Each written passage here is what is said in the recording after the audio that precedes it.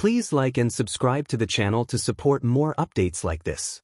The Islamic State group has claimed responsibility for a deadly suicide bombing that struck a Shia mosque in Pakistan's capital city of Islamabad on Friday, killing more than 30 people and injuring many others. The claim was released through a series of online messages that included the name and image of the person the group says carried out the attack. The announcement has intensified concern across the country as investigators work to verify the details and understand how the bombing was planned and executed in one of Pakistan's most heavily secured cities.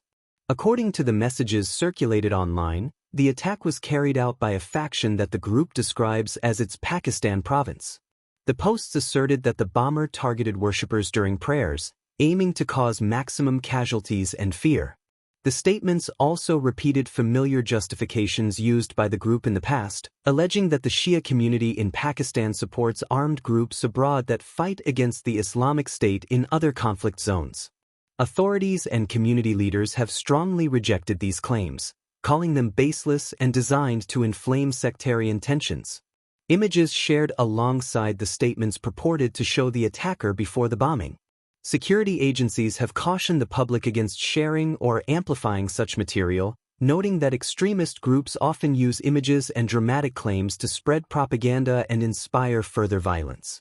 Officials have confirmed that the suspected attacker was a Pakistani national, though they emphasize that investigations are ongoing to determine whether the individual acted alone or had support from a wider network. The attack has shaken residents of Islamabad, a city that has generally experienced fewer large-scale attacks in recent years compared to other parts of the country. Friday's bombing is being described as the deadliest incident the capital has witnessed since 2008, a period when militant violence was far more frequent.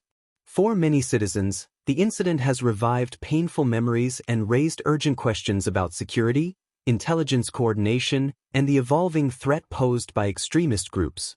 Pakistan has faced a complex security landscape for decades, with multiple armed groups operating across different regions. In recent months, officials have acknowledged a rise in attacks and casualties nationwide, driven by a mix of local and transnational militant organizations. These groups often exploit regional instability, porous borders, and online platforms to recruit, coordinate, and claim responsibility for violence. The latest bombing underscores how these threats can resurface even in areas considered relatively secure. Religious leaders and civil society groups have condemned the attack and called for unity, urging Pakistanis not to allow sectarian hatred to divide communities. Vigils have been held for the victims, and messages of condolence have poured in from across the country. Many have emphasized that the vast majority of Pakistanis reject violence and that attacks on places of worship strike at the heart of shared values and social harmony. Security forces have launched a broad investigation, reviewing surveillance footage, examining the blast site, and tracing the online claims back to their sources. Officials say they are also working to identify any facilitators who may have helped plan or finance the attack. Increased security measures have been put in place around mosques and other sensitive locations, particularly during large gatherings. Analysts note that the use of online messaging platforms to claim attacks has become a standard tactic for extremist groups seeking rapid global attention.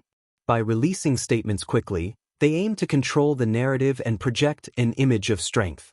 Experts warn that while such claims are often accurate, they should always be treated with caution until independently verified.